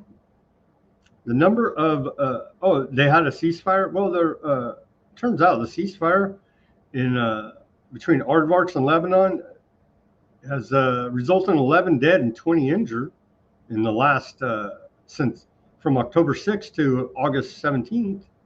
So what, the last 9 days, 10 days here now?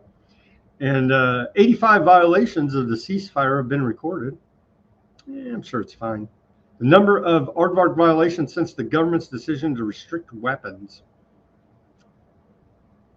Yeah. Let's hear, we are not at the stage to announce any threats now. U.S. envoy to the Middle East, Barak, on Hezbollah's refusal to step in line with Washington's disarmament demands, dealing with Hezbollah, as we've always done, is a Lebanese process and a Lebanese decision. That's here now in English subtitles. خطوة خطوة مقاربة خطوة وأعتقد أن الحكومة اللبنانية قد قامت بدورها وقد قامت بالخطوة الأولى والآن على إسرائيل أن تبادل ذلك أيضا بخطوة مقابلة.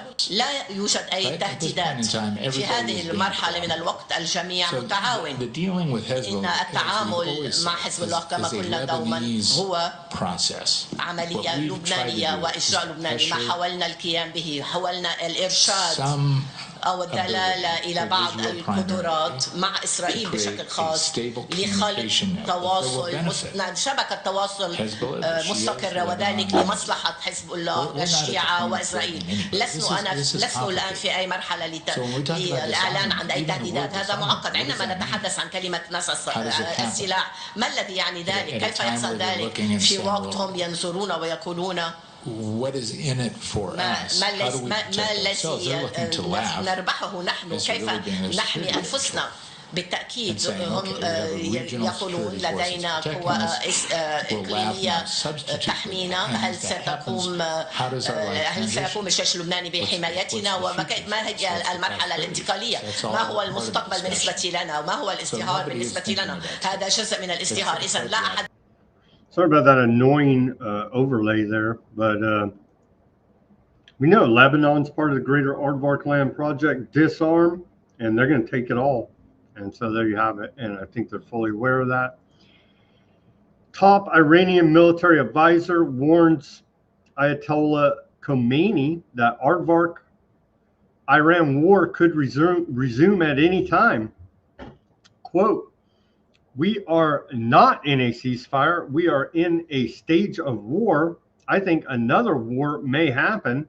And after that, there may be no more wars." Iran International quote there. We were told that Trump brokered a peace deal there. Over there, what is Jordan doing with their dictatorship rule and all their Muslims? Jordan's crown prince, Hassan bin Abdullah, announced the revival of national military service after being suspended for over 30 years.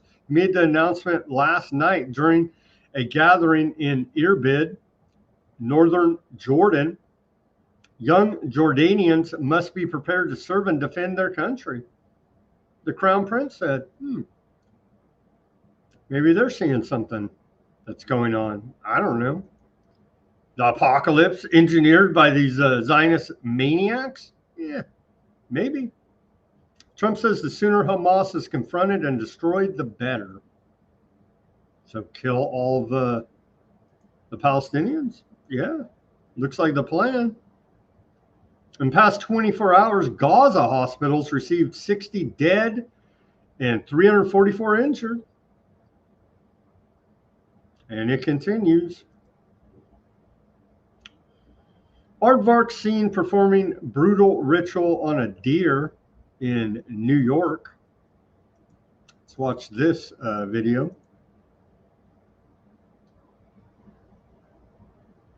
They're on that Old Testament stuff.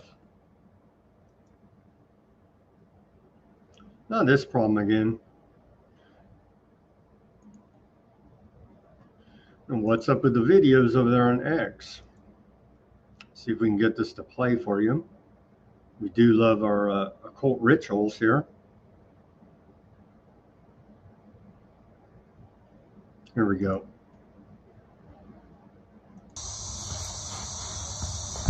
Let me call the cops. What in the Muncie boyology is going on over here? This man just found a pack of Muncie boys in the woods in the New Square sector of Muncie land, burning a deer on a pallet, yo. Literally an entire deer, yo. I cannot make this up. This man seen smoke coming from the back of his house, went back there and literally seen a mob of Muncie boys burning a deer on top of a pallet that you would see in a warehouse, my nigga. The deer had sticks going throughout its whole body, through its stomach, through its eyes. What in the New Squarian ritual is going on back here? So this is why you guys want to own all the property in Muncie land? To cook venison in the woods, in the backyard. What in the Muncie land barbecue is going on for real, y'all? My Muncie boys gotta explain this to me, man. I had no idea what to make of this. This makes no sense to me. Somebody gotta explain this to me, y'all, immediately. When he came up to y'all and asked y'all what's going on here, y'all didn't say nothing. But y'all... Well, they're doing ritualistic sacrifices. Is what's going on there. So now there's been a big back and forth between, quote, diplomats of Australia and Aardvark land. Australia cancels Aardvark land politicians' visas just days before speaking to her. Let's watch this. And then Aardvark land has canceled their visas as well. And if the United Kingdom want to be a humanitarian country that cares about human rights and human lives, they would help the Gazans who wants to leave the area who leave and not aid Hamas to use them as human shields. I've got an idea. Why don't you let them come over the border into Israel? Why don't they flee into Because they Israel? are our enemies. Because they are The children are your enemies? They are our enemies, and according to international treaties about refugees in the time of war, you don't let them conquer your country with refugees.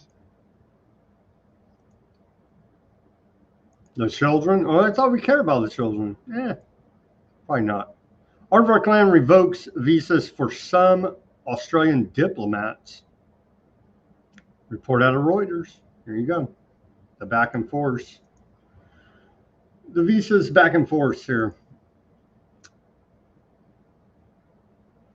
Today, Aardvark Land Office of Foreign Minister announced it had revoked the visas of Australian diplomats to the Palestinian Authority following a decision by Canberra to recognize the Palestinian state. It's going to be a big showdown here in a couple of weeks at the UN. Hamas accepts proposed deal for ceasefire with Aardvark Land and hostage release, Egyptian sources say. I don't believe it, but anyway, that's Reuters. It's what they say. Hamas has accepted the latest proposal for a 60-day ceasefire with Aardvark Land that includes the return of half the hostages the group holds in Gaza and Aardvark Land's release of some Palestinian prisoners, Egyptian officials said today. Yeah, I don't know. Kind of not buying it.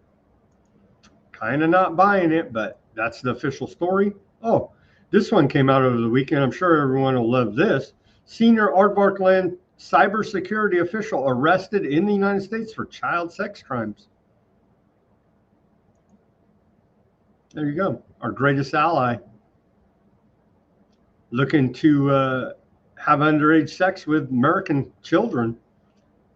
A top Aardvark cybersecurity official was arrested in Las Vegas for attempting to commit sex crimes against a child with disabilities. He was released on bail and returned to Aardvark Land. Well, there you go. He's innocent. A statement released by Las Vegas said that Tom Artem Alexandrovich was among 8 people arrested by a 2-week operation targeting child sex predators. The FBI participated in the operation. Adronovich is a senior official in Aardvark Land's National Cyber Directorate. While Aardvark Land Prime Minister Bibi Netanyahu, Shadow America president, denied that an Aardvark official was arrested in the U.S. for child sex crimes, Ynet reports reviewing documents that show Alexandrov was arrested, and it's been confirmed through Las Vegas PD. They're all anti-septic Hamas, though, obviously. The State Department is aware. Let's put this on the screen. The State Department is aware of Alexandrov's and Aardvark citizen was arrested in Las Vegas and given a court date for charges related to soliciting sex electronically from a minor. He did not claim diplomatic immunity and was released by a state judge pending a court date. Any claims that the U.S. government intervened are false. You think he's coming back to court? I have my serious doubts here now. Here's evangelical Christian Zionist piece of trash pastor John Hagee at the Christians United for Aardvark Land conference. So listen to this piece of trash that's going to burn in hell, acting like he's a good Christian. Burn in hell, John Hagee. We are committed to destroying anti-Semitism. We are committed to destroying anti-Semitism.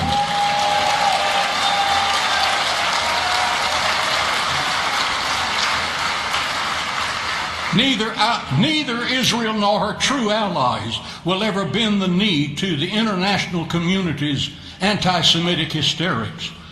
Wear as many keffiyehs as you want. Nothing will change the fact that Israel's self-defense is not genocide, and self-determination is not colonialization that is the buzzword now. And there is no UN mandate, no contrived charges in any international court. In fact, there is no act of man on God's green earth that will prevent Israel from bringing her hostages home and bringing them home today.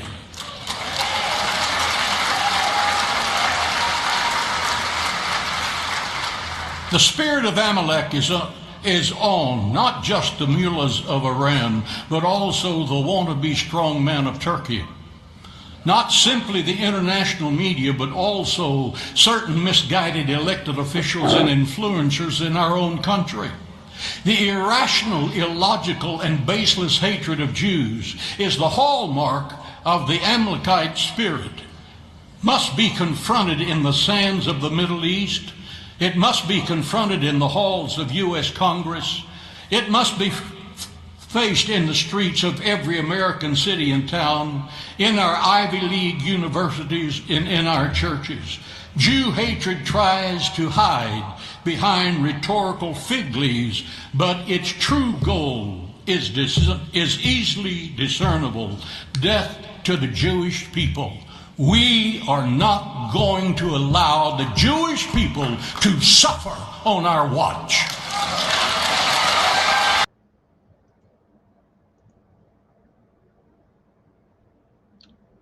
That stands for CUFI, stands for Christians United for, I can't even say the word, for Aardvarks. Aardvark Land Finance Minister Smotrich, one of our favorite cartoon villains here, he says, we are fighting only to win. Absolutely not to stop halfway with a partial deal that would abandon half of the captives and could bring the war to an end in defeat. Hamas is under heavy pressure from the conquest of Gaza because it understands that this would eliminate it. And in the story, that's why it is trying to halt this by returning to a partial deal. Precisely for this reason, we must not surrender and hand the enemy a lifeline. We must continue until the end, achieve victory, and bring back all the captives in one stroke. Aardvark Land Defense Minister Aardvark Katz, according to Aardvark Media, quoting him now, the importance of Gaza City at this stage has become greater than at the beginning of the war, and deciding the battle of Gaza City will lead to subjugating Hamas. For the first time, we see that Hamas, after weeks of refusing to discuss any deal for releasing prisoners, is now ready to discuss it, only because it fears that we seriously intend to occupy Gaza. They're going to. They already are right now. Aardvark Land Army backs Gaza City occupation as Tel Aviv erupts in protest. What? What? So should we sanction all these protesters in Aardvark Land in Tel Aviv? Hundreds of thousands protest Gaza war as frustration grows in Aardvark Land about new offensive. Let's watch this report. All these people need to be put on a list. I'm sure they are on Palantir's list, sanctioned and summarily droned for anti-septic behavior in Aardvark Land, even though they're alleged septics. It doesn't matter, you see. Yes,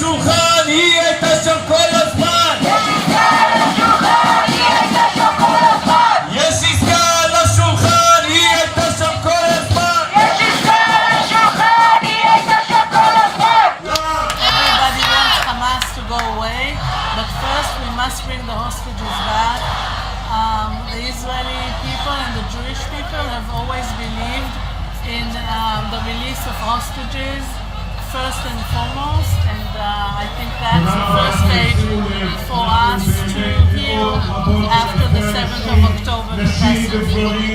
22 months. It is inconceivable that there are still 50 hostages being held by the Hamas terrorist organization. We are tired of listening of we need to blame this side or that side. We look at the bottom line. The bottom line, as citizens of the state of Israel, we have a prime minister. He has a responsibility, a legal, moral, Jewish responsibility to bring those hostages that were taken on his shift, on his government, and he needs to bring them back home. 80% of the people of Israel want the war to end, and they want the hostages to come back first of all, even before ending the Hamas and getting them out of Gaza. And so I'm sure that... Very true. Can they end their own Western intelligence-backed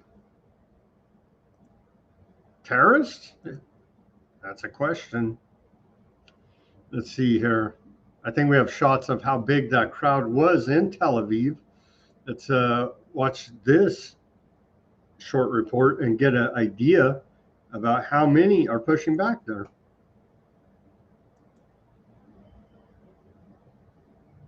Yep. Should have loaded it first. Apologies. Let's try this one again. Shall come up now, possibly.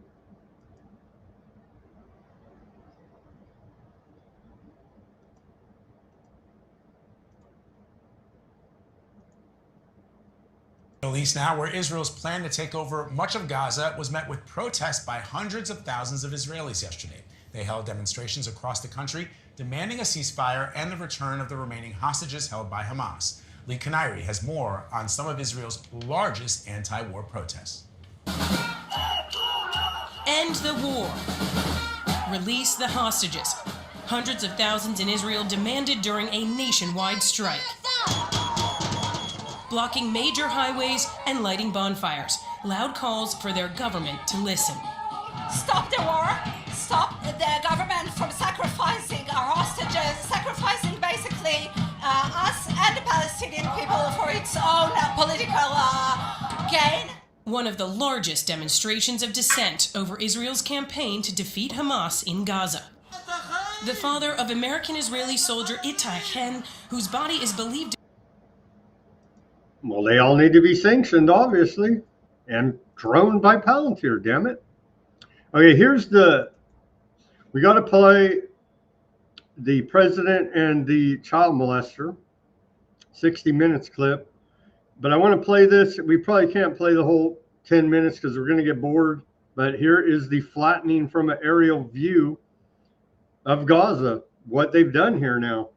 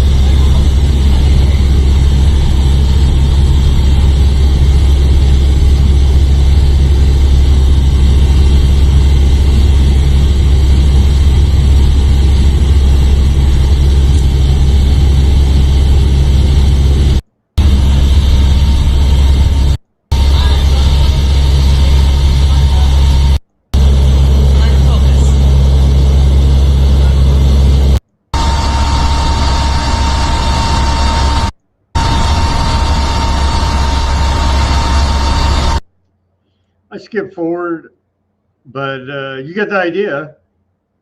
They used to be like, quote, civilization, and now it's just rubble. And they did it to the whole joint. It goes on like that.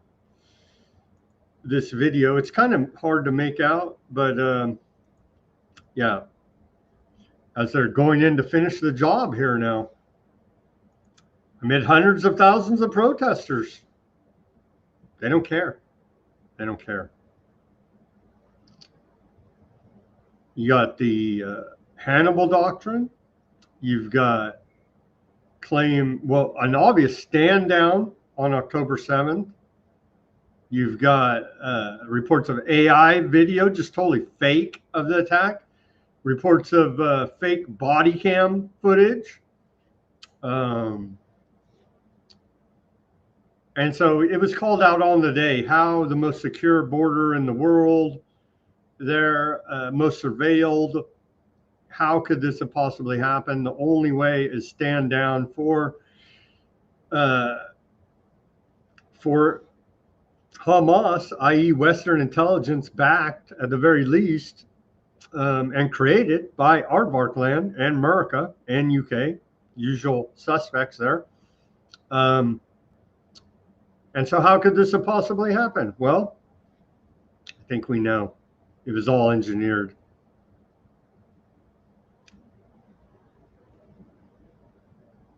So it doesn't look like they're backing off. It doesn't look like they're backing off, and they don't care what happens at the UN in a couple weeks here. They don't care. Greater Aardvark Land Project, all this right here, they're taking it all, man. Trust me, Hezbollah in Lebanon, just disarm. We care about the children. You know what I'm saying? It's like, come on, man. Really? And no, we don't support Hezbollah either. Stop killing each other. How about that idea? Stop killing each other. There's been a rash of IDF suicides I see continually being reported. So like some of them even seem to have a conscience and they can't live with themselves for the war crimes that they've committed, and they're summarily terminating themselves, and it's quite horrific indeed. But again, the soldiers used as political pawns for the higher ups, so on and so on and so on. We know how the story goes. In the interest of time, let me find this one post. I found this interesting for the esoteric occult behind all this crazy. Remember the red heifer, as was reported by, what's the name, Adam King on the Tim Pool show last week. But I think we'll do a deep dive. I tried to get this guy on. I don't even know who it is. That they posted it on the X, but if we don't have a big news day sometime this week, we'll go over this in detail. Great thread about all this global technocratic operating system, these occult rituals that they're doing here now to try to bring about the second coming, the Antichrist, the second coming, the Aardvark Messiah, so on and so on. But it doesn't matter if you believe it. You better believe they believe it. Okay? And they're going to engineer. They're doing everything in their power right now to engineer all of this. And so we'll hopefully be able to do a deeper dive this week into it. Indeed, they've corrupted all of their neighboring populations there in Egypt, Jordan, and so on. The leadership, at least there. And so you better believe they're doing a damn good job of control over there. All AI terrorists, they say. Well, everybody that don't like is Hamas, right? Right. Okay. So hopefully we'll do a deep dive on the occult, esoteric, global technocratic operating system. They're right in the heart of it all. Later on this week, but we're already at the 2 minute and 2 hour 10-minute mark. So let me go to the channels quickly before we sign off and play you this mini documentary from Australia, 60 minutes. Let's go to the Odysee channel. We have John over there. Here we got Gurr, Highland, Fat Bob. Thank you guys for tuning in.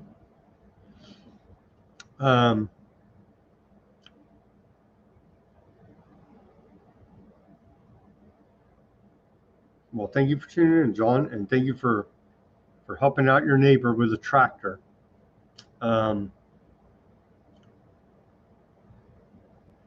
John says, let's start a poll on when the first American citizens will be sent to one of the camps. I figure around 2027. Anyone else care to guess? I think sooner than that, John. They are Operation Warp Speeding this tyranny. The technocrats have transformed Theodore Zelensky, right? Or Kaczynski, excuse me, i.e. the Unabomber, into a prophet. He warned us that technology would enslave humanity. Indeed. Boycott Tyson products. Indeed, everybody on that list you should have been boycotting them. I am as best I can. All those touting the petroleum-based dyes being removed from their product as a great public health win. Just boycott them in general purpose here. Thank you guys for tuning in there on the Odysee channel. Appreciate it. Keeping the chat going, lively. Appreciate the neighborly help there, John. And we'll march forward here. The Bitchute. Thank you everyone for tuning in on the Bitchute, the X, the Rumble, the Kick, the Facebook, and the Twitch. Sorry, YouTube audience, we have to sign off there, or they're going to tag me for third. What is it? I forget even what the stupid violation is now. Third-party content violation is what they'll tag me for, even though it's 100% fair use and we're being mean to Trump. I don't think they still care. So anyhow, signing off of YouTube now. Again, you can go watch it on YouTube or follow us over to Odysee, Rumble, X, Facebook, Twitch, one of the other channels. But here again is that mini documentary that came out over the weekend, 60 minutes out of Australia. Why is Donald Trump refusing to release the Epstein files, the president and the child molester? And now I'm going to cut the feed. Thank you guys for tuning in on the YouTube, but I'm sure you understand. Jump over to another feed or watch it on YouTube or Weaponized News Substack. Show links, sources link. We'll have it as well.